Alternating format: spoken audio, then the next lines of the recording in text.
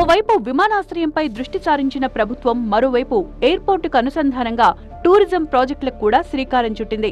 భోగాపురం విమానాశ్రయం సమీపంలో సాగర తీరం ఉండడంతో విశాఖపట్నం, విజయనగరం, శ్రీకాకుళం జిల్లాలకు దగ్గరగా ఉండడంతో పర్యాటక రంగం ప్రాజెక్టులకు ప్రతిపాదనలు సిద్ధం చేశారు.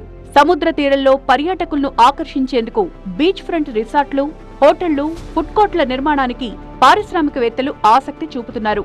ఇప్పటికే భోగాపురం ఎయిర్పోర్ట్ సమీపంలో జిఎంఆర్ సంస్థ 500 కోట్లతో 5 స్టార్ హోటల్ నిర్మిస్తోండగా 100 కోట్లతో బీచ్ ఫ్రంట్ రిసార్ట్ నిర్మాణం కూడా ప్రారంభించింది. అలాగే ఈ భోగాపురం ఎయిర్పోర్ట్ కానీ ఇక్కడ ప్రారంభం త్వరగా నోచుకున్నట్లయితే దానికి అనుసంధానంగా ఉండే అనేక పరిశ్రమలు ఇక్కడ అభివృద్ధి చెందే అవకాశం ఉంది. అలాగే నిరుద్యోగ సమస్య కూడా చాలా మటుకు తీరుతుంది. అలాగే చిన్న హోటళ్ళు, టూరిజం, వీటన్నిటికి కూడా మంచి ఏర్పాట్లు ఇక్కడ సాగినట్లయితే ఇంకా మరింత బాగుంటుంది. ఈ ప్రాంతం అంతా కూడా అభివృద్ధి చెందే అవకాశం ఉంది, ఉత్తరాంధ్ర అంతా కూడా. విమానాశ్రయానికి